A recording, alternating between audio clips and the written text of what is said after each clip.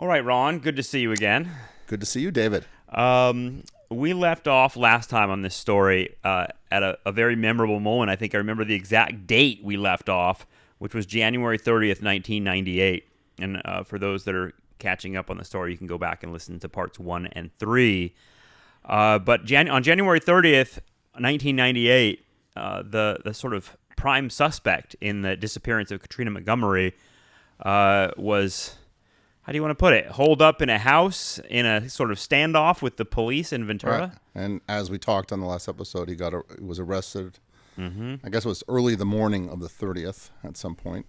I think it was like about 4:30 or 5 a.m. that morning. He gets arrested, and I'm immediately on the phone with one of the lieutenants at Ventura Police Department telling him I need bail declaration. I need his bail to be at least $2 million, explaining why. And I said... just have the declaration on my desk by 7 a.m. and I'll get it through, and we'll get his bail jacked up. And I said, I'll file the case 2 days later. You have 48 hours, basically. I said, can I ask you something? Because sure. I don't know if this was clear from the last time. As the police are in this standoff with Merriman in this house, do they understand, do they know that he's a murder suspect? No, they had no idea. They just knew he was a guy. He was suspected of having a gun. He had a knife on the, it's a porch, like a little porch area where they ended up throwing him into these bushes and tackling him and arresting him. They just knew he was a violent guy, and they thought he was, obviously a doper. So they didn't know anything. They knew once they were arrested, and Mark and I we stayed out of it. We just were literally just voyeurs that night watching what was going down. We didn't. Aren't you going nuts, though? Because you've been chasing this person, in a way, for a while. You're not going nuts. You're just kind of looking at it like in shock. Like, it's Yeah. nuts. And you're scared for the officers. Some of those guys I knew pretty well. You're scared for them because what are you going to yell? Hey, he's a killer.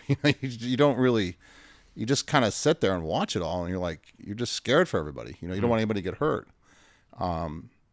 So the first time you're letting them know that, hey, this is our guy, or you're telling them to up the bail money. It was after he was arrested, and he was being processed. I think he went to the hospital first. There's one part I forgot to tell you about last time too, that I thought they shot him because they had this big thing that looked like a rifle to me, Right. and they pumped 2 things in him, and it turns out what they shot into him are these really heavy bean bags. It's like non-lethal force, and they put like 2 in his chest. And I remember later on talking to one of the officers who was there saying, I'd never seen anybody get up after that. Because they're shooting him from like 10 feet, and it looks like a big rifle. And they just go, poof, Yeah, I poof, can imagine poof. those things hurt. They Yeah. leave a welt. They left quite a welt on Yeah. him because they, at the hospital when he was there, they undress him and they take pictures of all his injuries and everything to document what happened to him. Anyway, so we jacked up his bail, and he was arraigned, and the lawyer, I can't remember who his lawyer was at that point. I don't know if it was Willard Wicks or not, but everybody knew. I think it was Jim Farley. I apologize. It was Jim Farley, who was a longtime defense attorney in Ventura. I remember this guy. Yeah. Yeah. He was a longtime defense attorney in Ventura. He was around mock trial, I think. Yeah, probably. Good guy, really nice man. And he was aware that Merriman was a prime suspect. A lot of people were that in a prime suspect in a murder. A lot of people in the criminal defense world, prosecutors knew Merriman was the prime suspect. And he asked me what was going to happen and when we were going to charge him with murder. And I said, we're not there yet. His bail was at $2 million. He wasn't getting out. Beverly Sue, his mother, was at the arraignment, along with Ember, his sister. Ember, then Wyman. It was Ember Merriman, but she's married to a guy named Wyman. Not Amber, Ember. Ember, E-M. Mm-hmm. And we had him in custody. Now, as Mark said, let the fun begin. Because we had a guy in custody already who told us he'd wear a wire on Merriman. I told him the name I was using was Bruce. And so Bruce said we talked to Bruce New Year's Eve of 1998, 1999, December 31st. Is Bruce the one that had the girlfriend that you also looped into this? Yeah. Exactly. So we go back to Bruce. Right. And we tell him it's showtime. And so his max penalty was like 14 years. I think we gave him 6 or 8 years. I forgot what it was. I made a deal with him. And he was our first wire operation in the jail was with Bruce. And the way we initially did it was we put them, when you go to court, like you're a defendant, you're kept in holding tanks. outside the courtroom. Okay, and the holding tanks you can manipulate a bit because they're done by your status in custody. For instance, in Ventura, the most violent guys are given what they call red bands. Okay, and all the red bands stay with red bands. You don't put red bands with white bands. White bands are the least the DUI guys, the dopers, things like that. You don't put a red band with a doper. That could be bad news. You know, you try to keep the reds together, and some guys you just have to separate. It's like threat level, essentially. Exactly. Yeah. And then some guys you just have to separate because they're just too effing crazy for anybody to be around. You can't put them near anybody. So is that a black band or yeah? So we the had skull and crossbones? No, band? it's just well, you can be orange banded, which is custody, protective custody. Right. But a lot of times sex offenders are put in protective custody because everybody has to beat them up. There's all kinds of different things. I'm no expert. I know enough to know that we needed to have Bruce made a red band, so we had to do that, and that was a process through the jail. And then I had to convince my office to allow us to wire somebody up in custody. And the guys ahead of the jails agreed that we could do it, but it was a whole process with our office. It took like weeks. You've talked about this before. This was not a common practice to wire people up in jail. We were the first to do it in our county. Okay. And it was people kept telling me what was legal and what was not legal. Like investigators would tell me, you know, you can't do that, Ron. That's not legal. I go, you know, one of us went to law school. What the hell are you telling me what I can and cannot do? The rules are simple. Okay, so if you're in custody, right, like David's in custody and he's in custody for a burglary, I can't have an informant working for the government talk to you about your burglary because you're in custody. You need to be Mirandized. However, if you're in custody for a burglary and I tell my informant, you don't talk to David at all about the burglary. I just want you to talk about this murder in 1992. That's legal. Okay, guy can't talk about what happened in January 30th. That's what he's in custody for. But we can ask about November 29th of 1992. We can ask about November 28th of 1992. We can ask about prior rapes that happened in 96 or 97. As long as you're not trying to get information about the specific crime he's charged with and in jail for then. Right. Yeah, interesting. I didn't know that. And so Mark and I go to Bruce and we tell him what the rules are. And we put the recorder and we strapped it to his balls, literally.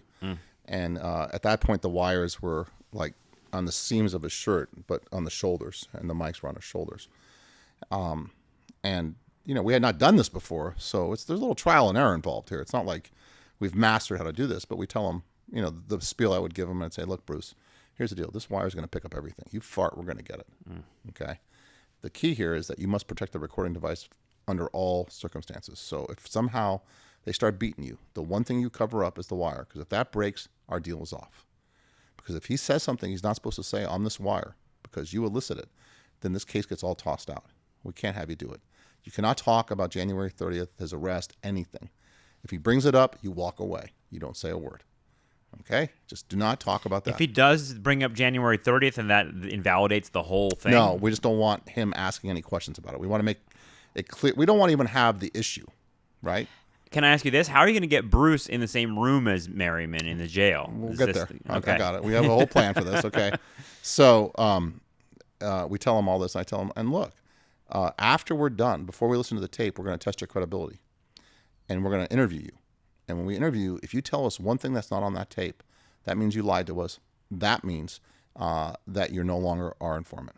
And our deal is off. And you get prosecuted like you get prosecuted. And by the way, I'll be prosecuting you, not the regular DA, and I'm going to seek the max.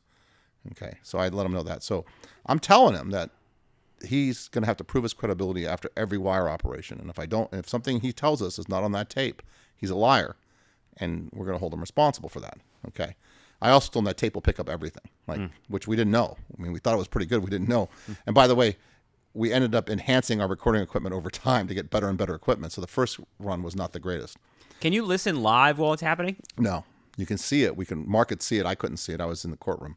So how we get them together is this. So as I told you before, if you have a court date, we'll say your court date's February 10th. Okay? We have a court date February 10th. So I can put you, so Merriman had a court date, let's say February 10th. And so I just have to get Bruce on calendar that same day for that courtroom. Easy peasy, right? Because his lawyer had to make the deal with us. And his lawyer knows. And I said, okay, we need him in court. We're going to agree to February 10th. So we just put him on calendar for February 10th.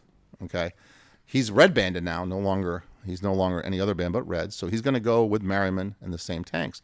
And when they get in the tanks, they divide them up because sometimes the tanks would get filled up. The tanks are are the holding cells for court. That's what I mean by tanks. We tell the deputies in there, hey, look, we need Bruce to be in Merriman's tank when they're waiting to get called up, right? And they know each other from the streets, and so it's not they're gonna talk. We figure that's natural enough. So lo and behold, we do that. We get this. I look on the docket. Oh, Merriman's going to court this date. We put Bruce on the same date. Up they go. We prep the deputies. We wire Bruce up. We give him the pep talk or the talk, and then he goes and he talks to Merriman. His level of talking was to say that, hey, a lot of people are talking. I heard Nicasio's ratting on you. All this kind of stuff. That's what he was saying. And that's the way that was his style of getting him to talk. And you have to let these guys have a little leeway on it. And they're talking. And Merriman, he's not verbose. He's nervous about wires in the ceilings and everything. He's really too paranoid. It's too soon after the 30th. You understand, he ran and fought like on the 30th because... Sounds like he's right to be paranoid. You guys are sending people in with wires. Well, he didn't know that. Yeah. But he's paranoid only because he thought he was getting arrested. He thought there were other inmates around who could snitch on him. Mm-hmm. He didn't feel comfortable. And so wasn't that great. And again, you this is something you listen to after the fact. Yes. Like Larry, we interview him and he told us. Bruce, delivers it to you somehow. And when we talked to Bruce, he gave us what he gave us and he said it wasn't that great. And he told us the truth. And and the recording quality wasn't great either because there's too much freaking background noise because none of those guys know there's a guy recording in there. They're all yelling and screaming crap and giving each other shit and, talking smack to each other. So it's not the greatest environment, and we thought we got to do better than this. And so then we said, what if we celled them together and we wired the cell, right? And so that's what we did. We ended up selling, and we did it in a way where like they got moved around a bunch and then finally they ended up together. And it was actually pretty natural, even though it sounds totally hokey and you'd be paranoid. But because they know they're both red banded, they know they'd be housed together. There's only certain things, and so you just had have Bruce have a conflict with his cellie, and they had to move him because of the conflict. They put him in with Merriman, who was by himself, and so this is like a 2-man cell. Right. This is a week or two after our first operation. This is getting scarier for Bruce, it sounds like, because now he's got to be in the cell and sleep next to the guy that he's trying to wire up. He's not wired anymore. Just the cell's wired. Okay. The cell's wired, not him. And but we have to have people listening because if it goes to crap, we need to inform somebody. And so the jail made us have somebody listening at all times. So Dennis and Mark did 12-hour shifts for 4 days. And I would come for part of those shifts and bring them food and stuff while they were listening. Each time I'd stay for 4 hours each time. Wow. And, that's working during the day too. And they talked, nothing great. He would talk about when he talked about the 30th a lot, like he said where the gun was and stuff like that. But, Bruce was smart enough not to ask any questions. He just listened, didn't talk about it, changed the topic right away. But he still he told us there was the gun. And then we found out he sent some guy to the house to get the gun. Mm-hmm. But Bruce didn't ask him a question, didn't talk to him about it, nothing. Didn't say a word about it. Merriman was just talking. Because that's what people do, but he didn't say much about the murder. When Bruce asked him about Katrina once in a while, he would say, "I'm not talking about that. I don't know what you're talking about." Like he was really tight-lipped about it. So then, in early March, I get a phone call from VPD saying this guy, we'll call him Tommy, is in custody. Says he has his information on Merriman. Interesting. All right, so we go talk to Tommy, and Tommy tells us that me and Mark go to talk to him, and we knew Tommy because this is flashbacking a while, but when I think it was one of the first episodes, or maybe episode 2, when Mark and I first met, our first case together was this case Delatorre off the Avenue, and we had this kid who was 12 years old who had the parolee father, Tommy, and I told him at that time, I could be a great friend or I could be your enemy. Which would you rather have? And so he decided to be friends, so he called and said, hey, I want to be your friend now. I need a friend. And Tommy was looking at like 2 or 3 years on a minor dope charge. It was no big deal. I said, okay. Was Tommy the kid or the father from that case? Okay, father. Right. Big parolee. Yeah, I remember this case. Really burly guy, beard, tough SOB. It'd be a good fight between him and Merriman if they had to fight. Let's put it that way. God. I'd pay for that ticket. Yeah. Senator Corcoran in the gladiator fights. Yeah. It'd be a good round. And so he wants to talk to us. And he has some statements that he says Merriman confessed to him also. He says they were working on an engine, and he made some comment about having to get rid of a chick a while back, and that he stabbed some chick a while back. And so Tommy, and I said, that's great, Tommy, but you're looking at time, And, what good is your testimony unless you wear a wire? And so he said, he was really paranoid about it. He goes, hey, you can do it. And if you do it, I'll get you out of here in 60 days, as opposed to 2 years. So he says, yeah, let's do it. So we wire him up. This time we're going to do it also in the holding tanks, but this time we're going to put it so there's not many people in the holding tanks. Right? We're going to put him in late after everybody's been to court. We're going to keep Merriman in there for a long period of time, and he's going to walk in after court, what Merriman's going to think is after court for Tommy, and he's going to end up in the same tank with him. Okay? So they do that, and it's a much better environment, and Tommy actually gets some really good statements out of Merriman. But Tommy's ploy is, and it just so happens, he says, because it turned out Tommy, by total happenstance, without our control, got housed with Nicasio for a period of time.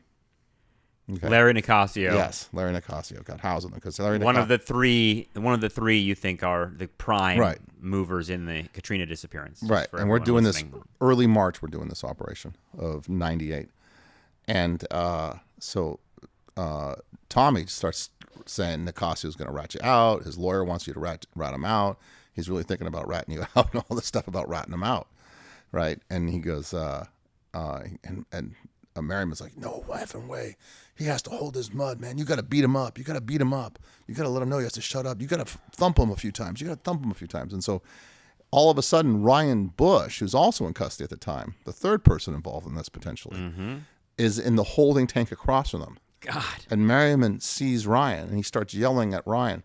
Ryan and Larry are their cousins. He goes, you got to tell your cousin he's going to rat us out. You got to tell him to shut his mouth, man.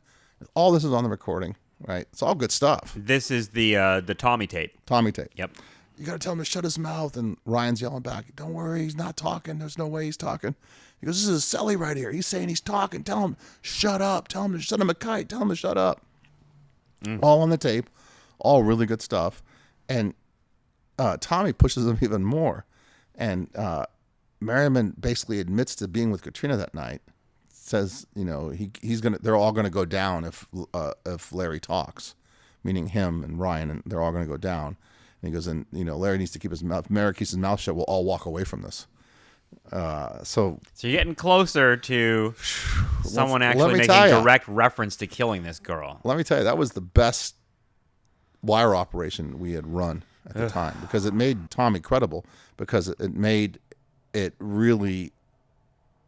When Tommy told us that Merriman had admitted the murder to him, basically, this made him credible, that he was willing to say all this stuff, because he didn't have to worry about this guy, because this guy he'd already told him. It also links Larry and Ryan in just the way you think. Right, but it also corroborates Tommy, because you wouldn't say we're all going down if you hadn't already told the guy that you had done something. Right. Okay, so that's the good stuff right there. And so we were like, wow. Like, I remember we listened to that tape, and he told us, we did the same thing, protect the wire at all cost. It was a better operation. There were still gaps in the tape because the microphones were in a weird spot, and we didn't get great clarity on some of but most of the good stuff was all clear, because they were yelling, because he was yelling across at Ryan. Isn't that crazy? So wow. When he yells, it really came, it was like, oh. Yeah. So we had that, and it's going really well. And so while this is all we're working, and by the way, all these wire operations we're doing the one at the jail, the one with Bruce, the one with Tommy, these are all memos and meetings and freaking arguing over if we can do it or not, and what are we doing? We're gonna get somebody killed, and all this crap. And Haas doesn't want us to do it.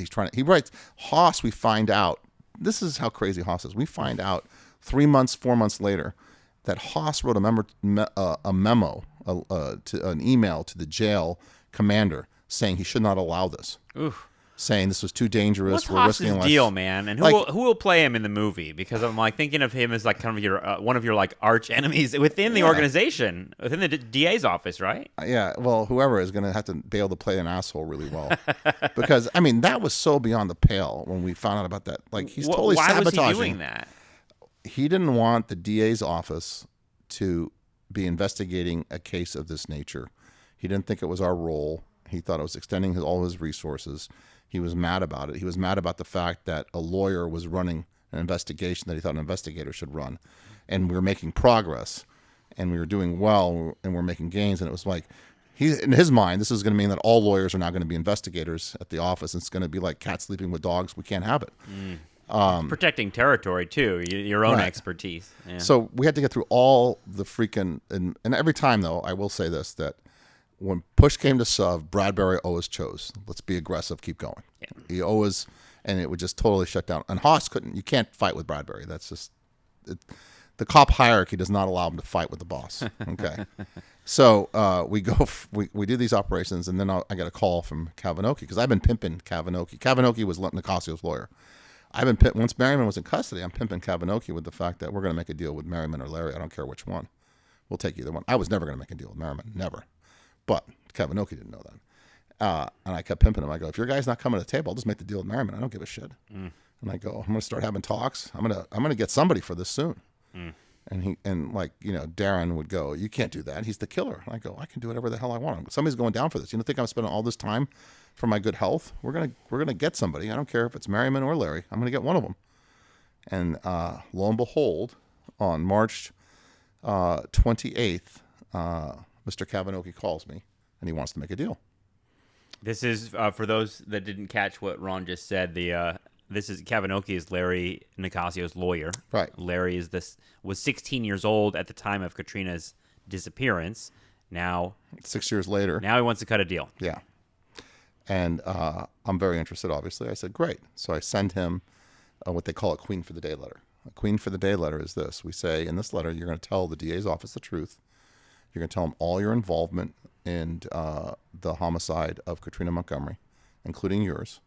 You're going to be truthful at all points, and nothing you say we can ever use against you. If we decide you're credible, we will agree to make a deal with you that you will get no more than a voluntary manslaughter for your involvement in the death of Katrina Montgomery, as opposed to like the death penalty. Okay, so that's the general terms of it. So that's a deal I make. And I said he's going to do this in 2 more days, basically. We're going to do this 2 more days. We'd gone back and forth for about 2 weeks, but the 28th is when they agreed to everything. And so on March 30th of 1998, we do this elaborate operation where Larry's supposedly going to some fictitious courtroom somewhere for a hearing. That's what it looked like to all the inmates. And we pull him up, and we bring him up to this big conference room in the sheriff's side of the building near the jail. This big, huge conference room. In this conference room is me, Mark, Dennis. There's some security from the sheriff's department there. And then we have 6 cars standing by, because once I went through the agreement and Larry signed and it became official, the first question I asked Larry that day, and you got to understand how exciting this was for us, by the way. We had waited a long time to get to this point. It seems like the moment where you're finally going to get some answers. Yeah, and the first question I asked him is, where is she, Larry? And Mark had all these maps of the areas that we thought she was. We had 3 locations we thought she could be at. And we had one that we thought was the most likely, based on, I'm going to say rumors here, saying things people had told us that they had said over the years, that all 3 guys had said to various people over the years. This were the best we could do in terms of what we thought. Okay. And Larry looks at the maps, and it took a while for him to get such. By the way, this is before Google Earth. This is when we had actual maps, like, you know. And this is the first thing you're asking him before anything. You're just like, show me on the map where she is. And we narrow it down. We know where it is.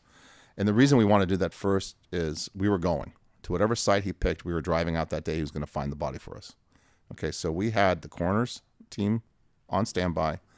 We had security detail that we wanted to get out there and secure the area before we got out there, because, you know, the way cops think is this guy could set us up. We can all go out there. We can be ambushed by a bunch of skinheads, and Larry can escape.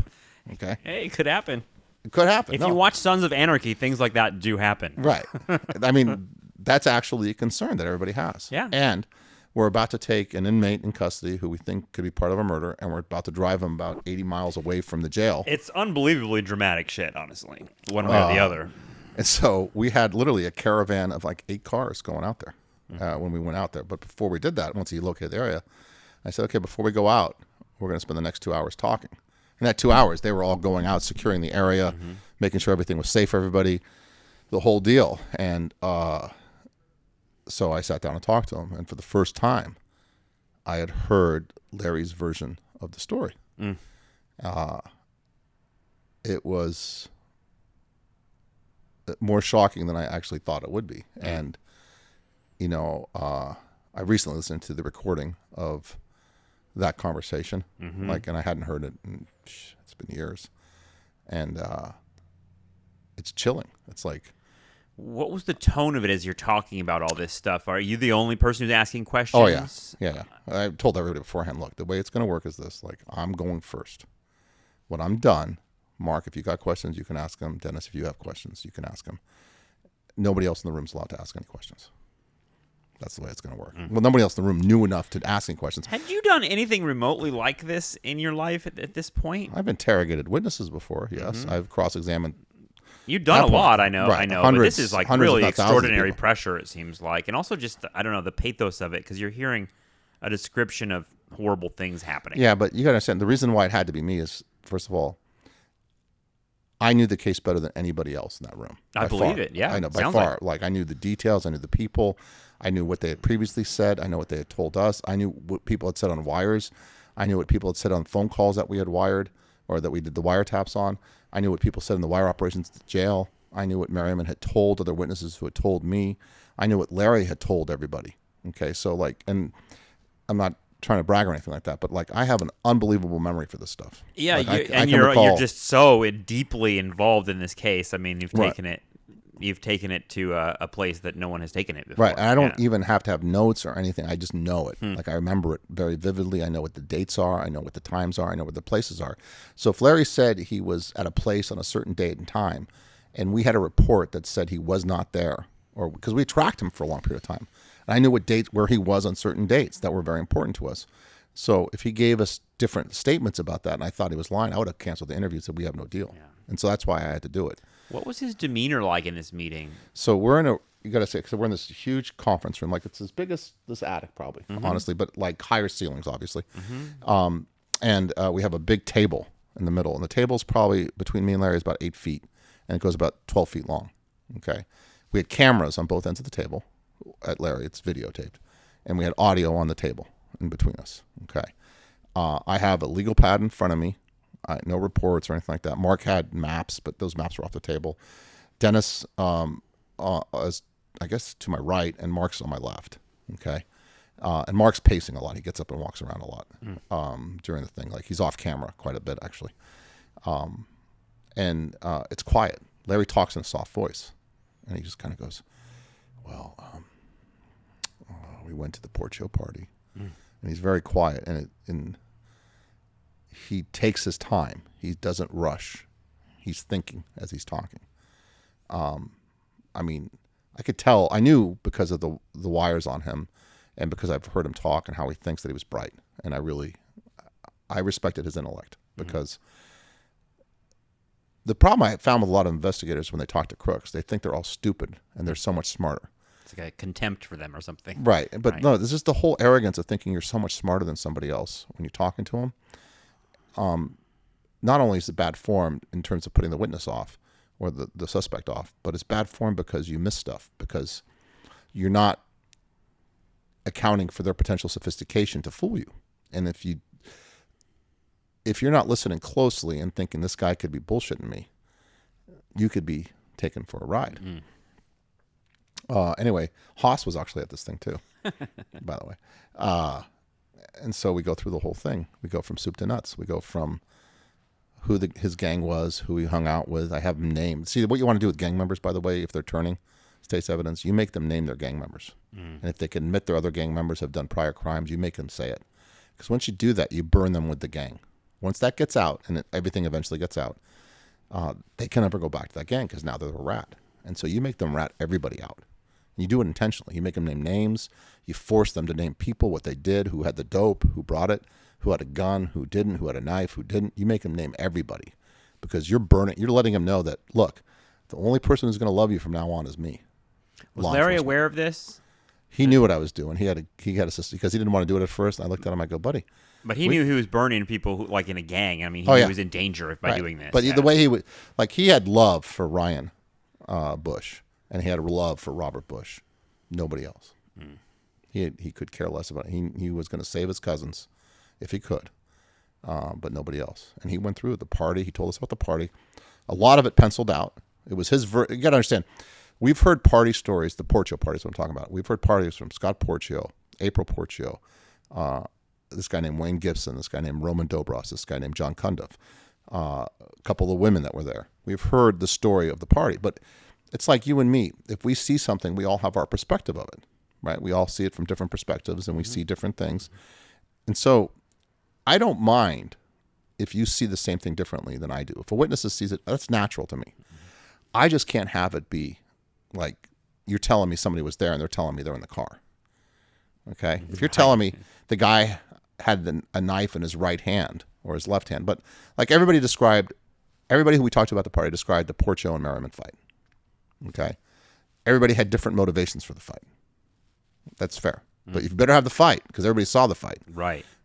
Your perspective of why they were fighting could be different than mine, but you better have the fight. So he talks about the Porcho-Merriman fight. He talks about it because Porcho was defending Katrina.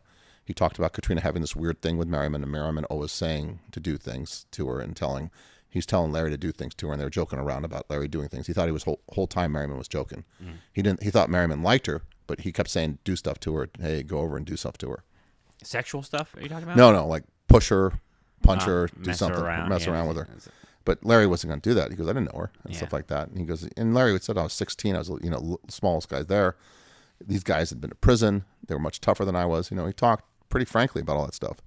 And he tells us the story. Then he talks about how at the end of the night, Porcho wanted him out of the house after the fight. Merriman got cut by Porcho. He hit him with something. People said bottle. Other people said ring. But he hit him with something, cut his forehead here. And in Merriman's booking photo after his parole was violated, he had a scab right here on his forehead. So we knew that happened, and that made sense. But he had stopped bleeding, and Larry was clear about that. He'd stopped bleeding long before they left the party. And they hung out, and they decided that they were going to crash at Merriman's. This was a plan they had. They were all him and Ryan were going to crash at Merriman's house. And they're going to get picked up by a guy the next day and go home. That was the deal they made. So he tells us about that. Then he says they go over to Merriman's house, and they crash on the floor and everything. They drive from party in Sylmar? No, they drive from party in Oxnard. Sorry. They drive from Sylmar to Oxnard to Porcho's house, and they drive from Oxnard, Porcho's house to Merriman's house, which is right across the street from the Ventura Courthouse. Which is Merriman, where his mom lives. Where his mom lives in Miller Court. Gotcha. And Larry describes Merriman's bedroom exactly the way we knew it was. He describes there's a bridge, like I told before, that separates the main house from the room over the garage. People call it the bonus room, but it was Merriman's bedroom. He knew where the bathrooms were. He describes the house perfectly. And this is the room that Mark had very memorably sawed a piece of the wall off of and found a lot of blood. Right. We took wall and carpet of that room. Exactly. And they talk about going in there and Merriman gave him sleeping bags and stuff like that. And then April took him over, dropped him off. And they were there they got some food and they went up to the bedroom. And they're all crashing for the night. And then they talk about a phone call. Well, no, they talk about Katrina showing up. And she goes, she showed up. This is the story Larry's telling. She shows up and she has a bag with her, and everything's cool. And then she gets in some sweats, and then she gets into bed with Merriman, next to Merriman, and they're at the foot of the bed. When they is Ryan and Larry at the foot of the bed. And this is where it gets horrific. And then Larry could hear Katrina saying, no, no, no. And then he looks up and he sees Merriman straddling Katrina. And he sees Merriman slap her across the face. And he tells her to orally copulate her. Not using those words. And then he forces sex on her. She's begging for him to stop. He won't.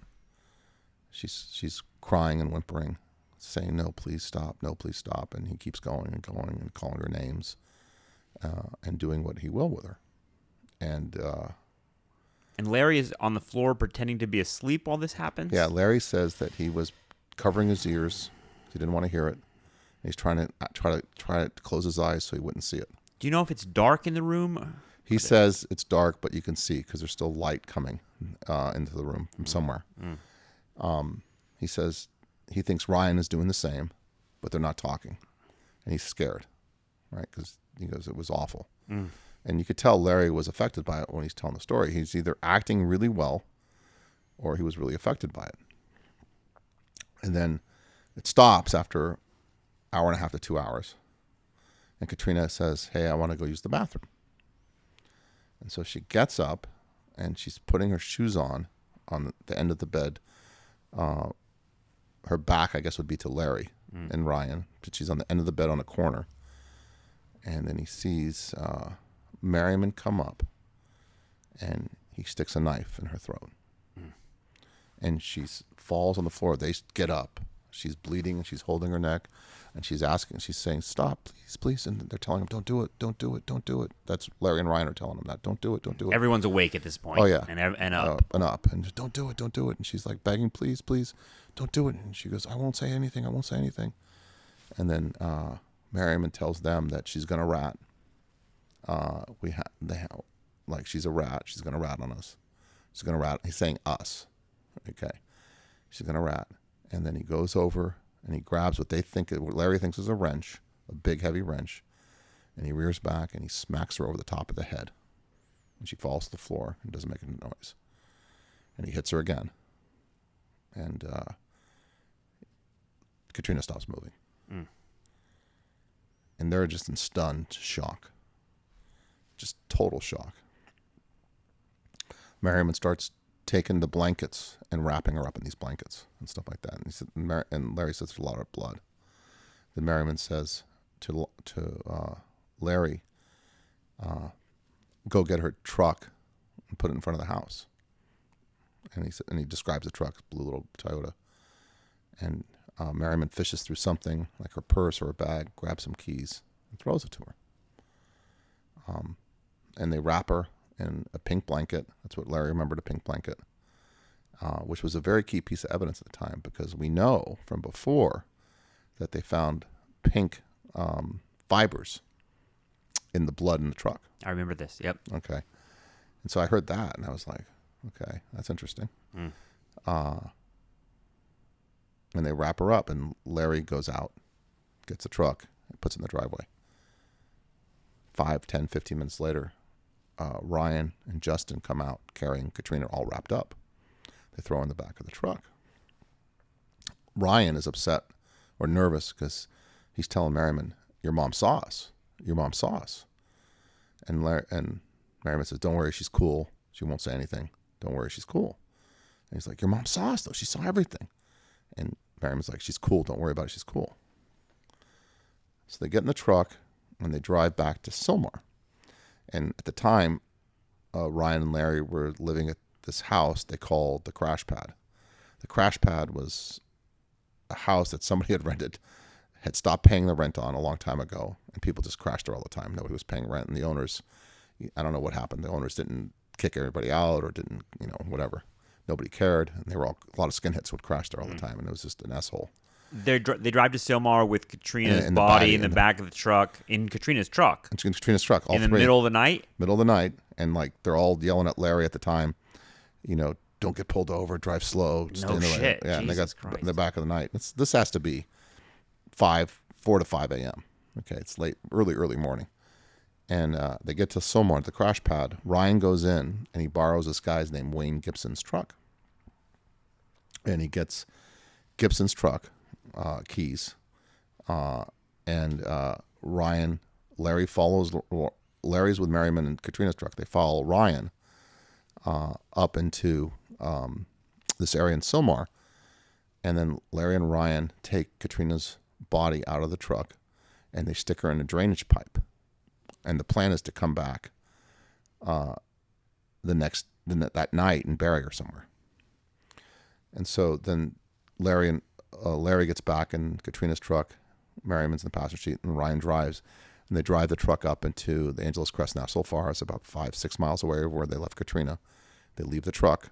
They wipe it down the best they could, fairly effectively, because there was no prints found on the truck. And then they get in Wayne Gibson's truck, and Wayne Gibson drops off Larry. They drive Merriman all the way back to Ventura, dump him there, and they drive all the way back to Sylmar. And on the way, did Gibson know that a body was being moved in his truck or anything like that? No, he didn't. Well, We'll get to Gibson in a while. Okay. So we'll put a pin in Gibson for later. They on the way back towards Ventura, they stop somewhere in the valley, and Merriman takes the knife and the wrench, and it's in a bag, and he dumps it in a garbage can at a gas station. Okay, and leaves it there. That's what Larry tells you? That's This is all what Larry tells Right, you. yeah. You know, and then they drop off Merriman, and then they all, they drop off Merriman, Ventura, and Ryan and Larry go back to Sylmar. That night, Larry and Ryan go out again to where they left Katrina with shovels, and they bury her. They try to bury her, but Ryan's the one digging, and Larry's the one keeping lookout, because obviously if they get caught now with Katrina's dead body, jig's up. And very, very close to where that drainage area is, the ground's really hard. It's hard digging. Ryan's complaining that he's doing all the hard work. And they bury her in a very shallow grave. He talked about how her legs wouldn't fit into it, and they had to stuff her in there. And they cover her up, and they leave. That's where they left her. And so there's some more details and things I won't go back and question him on, but that's basically what he tells us. So from there, I say, okay, let's go find her. Okay, and I knew at this point, based on the description of how they dug the grave, the odds were not that great for us. But, you got to go, right? Yeah, you had mentioned a shallow grave can actually work to a killer's benefit Yeah. because of animals scattering the remains. Right, well, this turned out to be even worse for us, because we drive up there, and we knew this area. We had been to this area. Mark and I had looked around this area. At one point, probably maybe 2 months before that, we went up there with this woman who had these hound dogs. Okay. It was such a total S show on this one, too. This woman had these hound dogs she said could find. They had great sense of smell. I knew we were in trouble when she told us, don't let them off the leash because they may never come back. So I didn't think they were that well trained. And we ran around on these hills with these hound dogs for a while, right? And we found bones. And so we got all excited. Like, at one point, Mark's yelling at me, it's a boneyard, it's a boneyard. And we got these bones, right? And we collected these bones up. We put them in evidence bags. And we drove to the coroner's place, and we marked the area and the whole thing. We drove to the coroner's house, and we opened them up, and the coroner's guy named Ron O'Halloran, he looked at it and goes, these are all animal bones. You guys are idiots. So, not a human bone in here. Wow. So we'd been up. You could just tell by sight. Yeah. Oh, yeah, 100%. He's a freaking coroner. Yeah, I hope so. Yeah, that's his job. We are idiots. We did not know. And so we go up there, and I knew this area well because as you're driving up from Ventura on the 210, okay, up into Sylmar, as you come off the freeway, you're on this access road, and then you go up another road off the access road.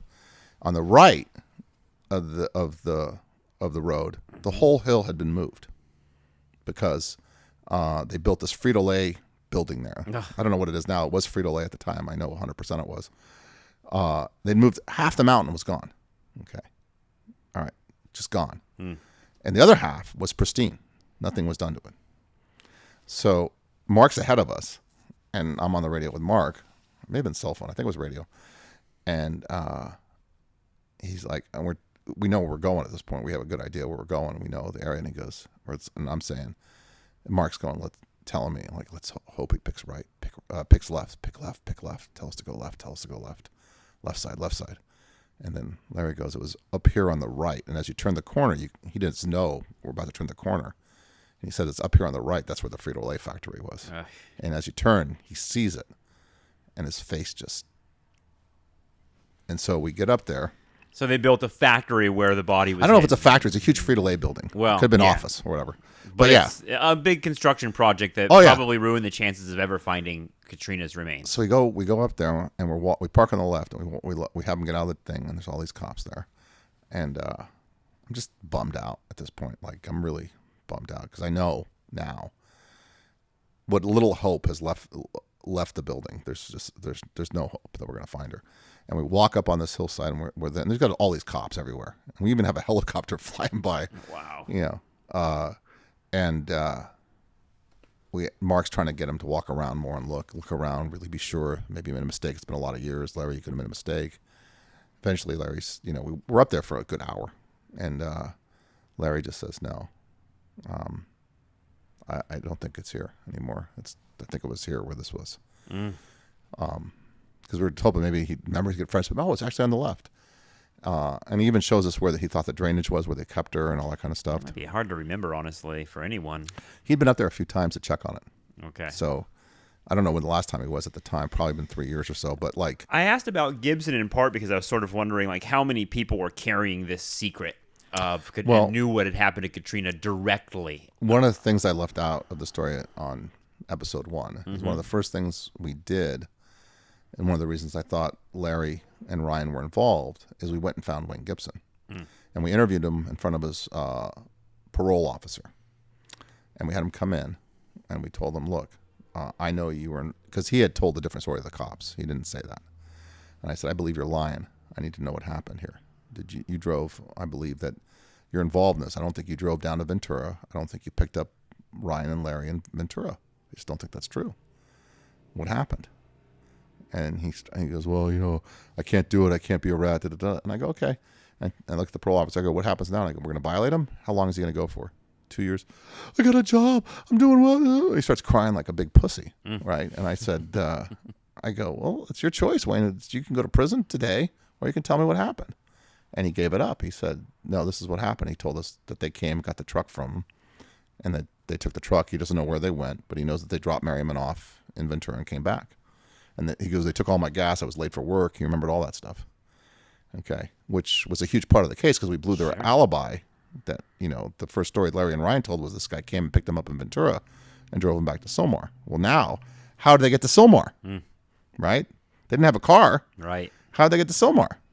We know April didn't take him. How did they get to Sylmar? So that was a big part of the case at that point. That's one of the reasons we used for probable cause to arrest Larry and Ryan when we picked them up, was they lied about how they got back to Sylmar.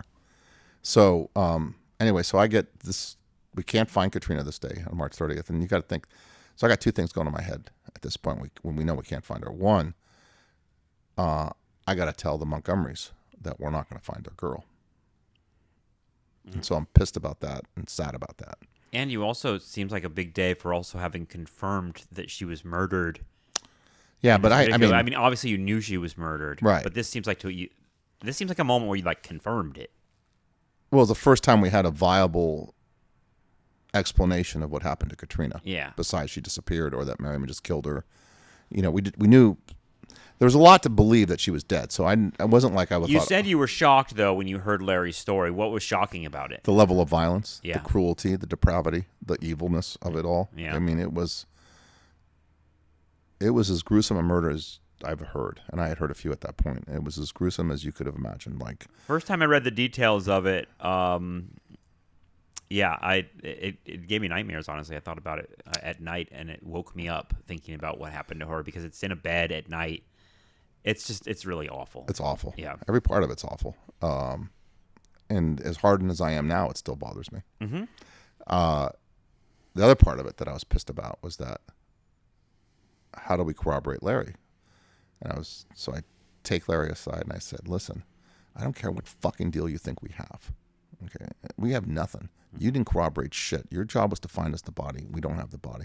He's like, it's not my fault. It's not my fault. I go, it's not your fault. You left her here, you fucker. Mm-hmm. I go, it is your fault. I go, and listen, from now on, your ass is mine. You will do what we ask you to do when we ask you to do it, and you better fucking get Merriman to admit this on tape, or you got no deal, and you'll go down for murder too. And I was just laying into him. And Mark was looking at me like I'm an insane man at this point. And so you're so close. That's the right. things. It's like you're filling in huge gaps, but there's also not quite enough to feel like you could go to trial or convict someone. So this is 3 or 4 o'clock in the afternoon. We drive all the way back to Ventura. Larry goes back to the jail. Dennis and I get in a car, and we drive all the way to Montgomery's house by the LA airport. And I have to tell him. I tell him basically what Larry said. This all happened March 30th. You complete 30th. This insane epic day of getting the story from Larry and then driving to the forest to see that it's not going to happen. Now you're all the way to near LAX talking with her back mom. to Ventura, then to LAX, yes. God. So we get out there about 7:38 that night, and I had to tell him. I wanted to tell him in person. I wasn't going to tell him on the phone. I wanted to tell him in person. And I remember sitting in their living room telling them the story and all of us crying that we weren't going to find Katrina. And so, I get home that night late. I'm exhausted. I sleep. I don't think I even went to work the next day. I was so freaking whipped. And I was depressed a little too because, one of the goals was to find her. So I show up on April 1st and Mark has called all these companies because when you haul dirt, it turns out you have to account for it and where you put it. Oh, God. Right? Wow. So Yeah. Mark's theory was that when they moved the mountain, they took the dirt, and wherever that dirt went is where Katrina is. And so he's trying to track her body by trying to track the dirt. This seems impossible. That sounds like needle in the haystack stuff. It is. And I tell it because only Mark Volpe would care that much to think that was a possibility. It turns out, by the way, they do track dirt, but everybody lies about where the dirt goes because there's all these environmental regulations. And so he does all this little investigation. He finds out that when people do this, they lie all the time about where the dirt goes, and you have no idea. And then we find out he does all this research on the rain and the water flow since 92 and the way the water would drain off that hillside. And he comes up with a theory that she must have washed into the LA basin in some tributary of something. So then he starts calling around this, because it turns out, by the way, in LA County, they find lots of bones in the water and people. Wow. And so he's tracking down all these bones and seeing if they've been identified to see if any of them are Katrina, because they could just be Jane Doe or anywhere. Mark is a completist. He is someone who's not going to give up. I just remember, I'm still to this day, I'm very impressed by how he put a lot of effort in that. So a few days later, April 11th, we go to Larry. We went to April 10th, and we tell Larry that Merriman's in court the next day. And we had prepared a fake. So I told you before that Larry was a juvenile, right? And that in order to go from juvenile court to adult court, you have to have a fitness hearing. One of the steps in the fitness hearing is you have to have a probation report that makes a recommendation of where you should go. Probation report lays out the whole case. In front of you, the facts, the circumstances, what they know, and why you should be an adult or not. Mm-hmm. Okay. I write a fake probation report. Okay. It says, looks totally official, totally fake off my computer. Would fool most people, especially an idiot like Marion. And it just lays out the facts of the case as we wanted them to be. Attributes Larry as clean as a whistle. It says Larry was approached 3 times by the DA's office to give a statement for what happened, testify against Ryan Bush or Justin Merriman. He would not do it. They even gave him a quote of like, "I'm not a fucking rat. I'm never talking to you assholes." Put that in there, like, You're just fabricating all of this stuff. 100%. Yeah. Yes. But and for people listening, what is the point of this document? Okay, because we're about to put Larry in a cell, the holding tanks with Merriman, and we know that Tommy has burned him, saying he's a rat. Mm-hmm. We have to clean him up. We have to have Merriman have some confidence that Larry is trustworthy, so he'll talk to him. And I know damn well when we hand Larry a bunch of papers about the case, the first thing Merriman's going to do when he sees it is take it from him and read it, right? And then he's going to read it. He's going to get scared. He's going to be. We put in there. We found her. We put the location. We found her. We got the bones. The DNA matches. We put. There's a half partial thumbprint that indicates that Justin Merriman touched the truck of the car. So we know he touched the truck of the car. And you did not have that. No.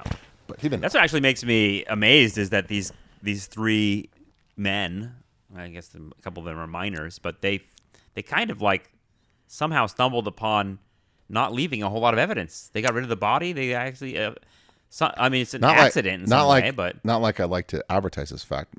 Most murders go unsolved. Yeah. That's just the way it goes. They're not skilled professionals at all, and yet somehow they did enough to. It's just very hard when you cross county lines, which makes it harder. Mm-hmm.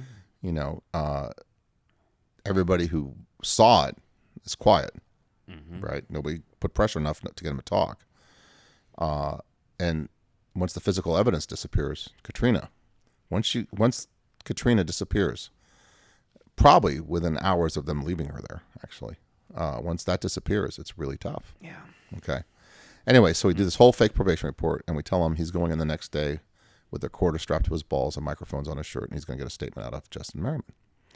And Larry was like freaked out because this wasn't part of it. I'm like, we have no deal. You get statements or you got nothing. Your choice. I don't give a fuck. Mm-hmm. But your choice. And I go, you fuck with us at all, Larry. You lied to us once. We're done. Do you understand? And he's like, yeah, I get it. So the other thing we put into place at this time is we had another guy in custody who was kind of working as an informant. And all I had to do was give him like 30 days off his thing. And he was a worker at the jail who would move books around he'd bring the book cart around. But what those guys do is also they pass kites between inmates. So if I'm in a different section than you are, I want to get you a note.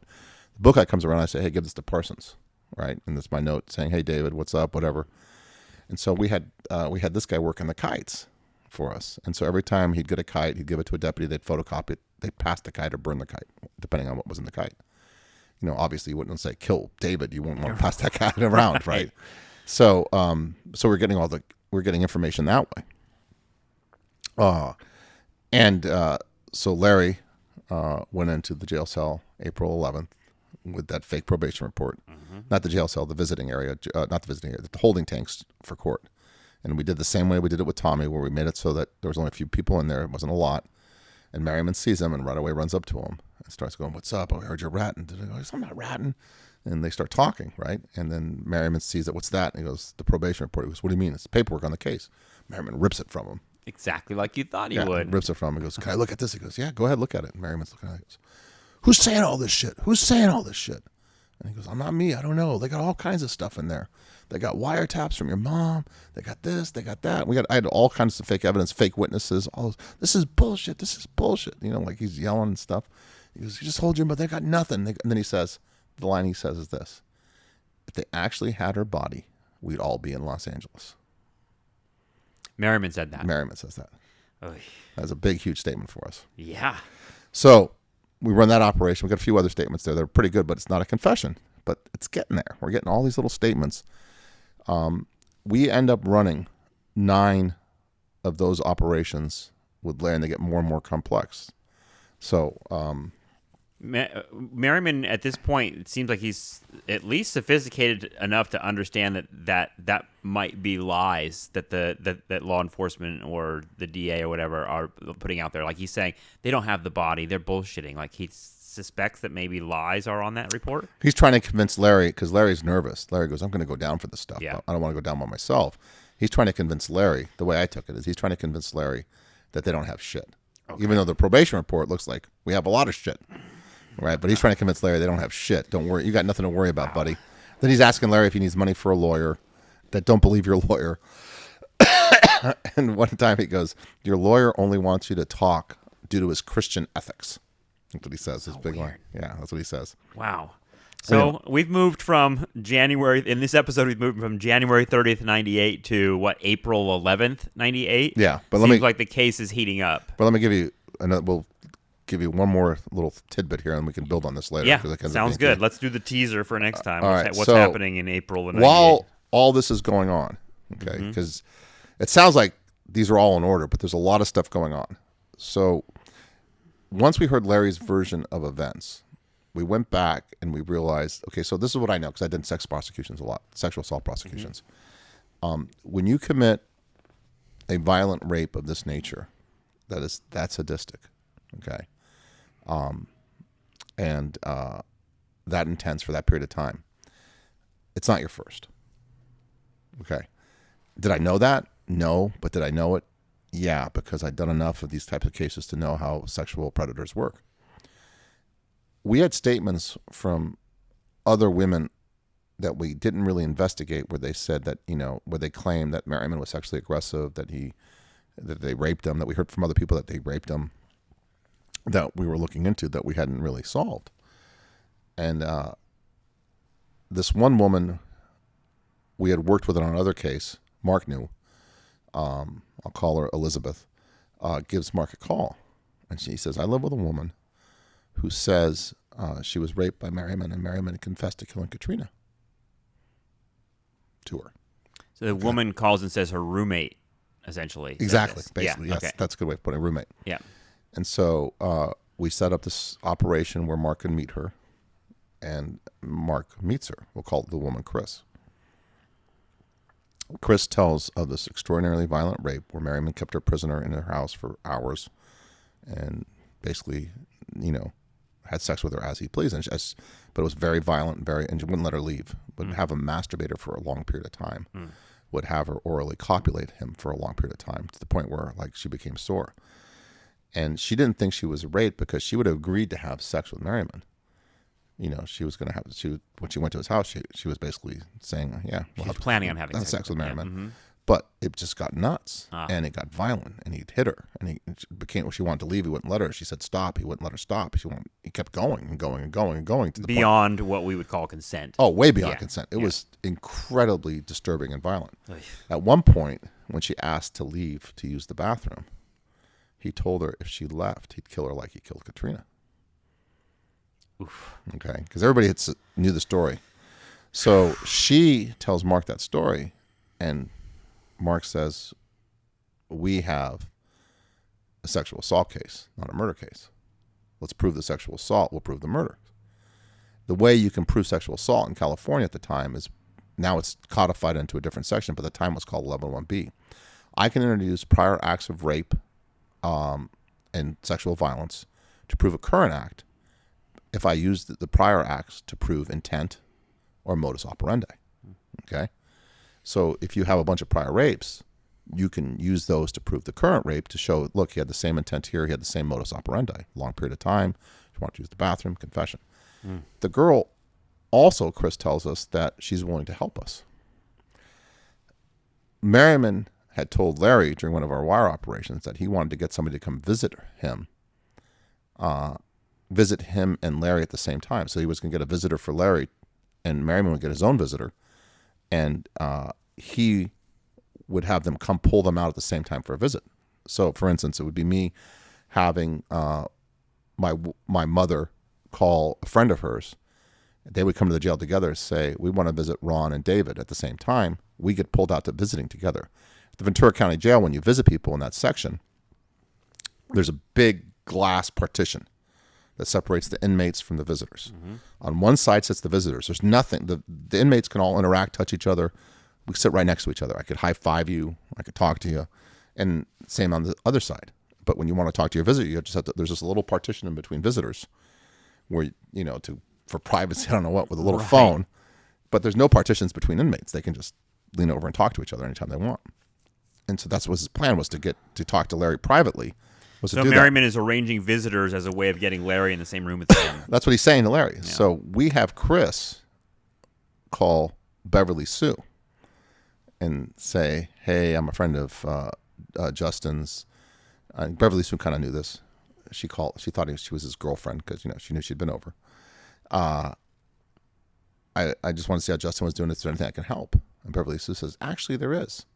Will you meet me at Starbucks to talk about it? Because Beverly Sue's still paranoid about talking on phones. Of course. Chris says yes. Mark and Dennis do this operation. We wire up Chris with Beverly Sue. Beverly Sue says what she wants to do is for her to go to the jail with her, ask for this guy to come out who needs a friend, and he needs a girl on this side. Justin feels sorry for him, and she wants them to pull him out at the same time she pulls out Justin. That way Justin could talk to him, and she could meet this boy, and that the boy would feel better because he can see a girl, whatever. She's acting like she's a matchmaker, but she says it. And so Chris had no idea that Larry was working with us. Larry had no idea that Chris was working with us. All right. Beautiful. And so everyone here is orchestrating something. It was beautiful, man. Yeah, and it worked out really well, and we didn't tell anybody anything. And we get in Beverly Sue's conversation at the other end. She's very savvy and street smart. Beverly Sue, by the way, for those not paying attention, this is Justin Merriman's mother, who has been active in helping her son get away with this murder for years. And now she's finding a way to assist her son into getting a person to keep his mouth shut, basically to intimidate and dissuade a witness. Fascinating stuff. Yeah, and so unbelievable. We run that operation for the first time on April 30th, where Chris and Beverly Sue go to the jail. They pull out. Chris asks for Larry, Beverly Sue for Justin. They go to visiting. We know that's happening because we're obviously working with Chris. Mark and I are waiting for Larry to come out of visiting. We pull him into this little room.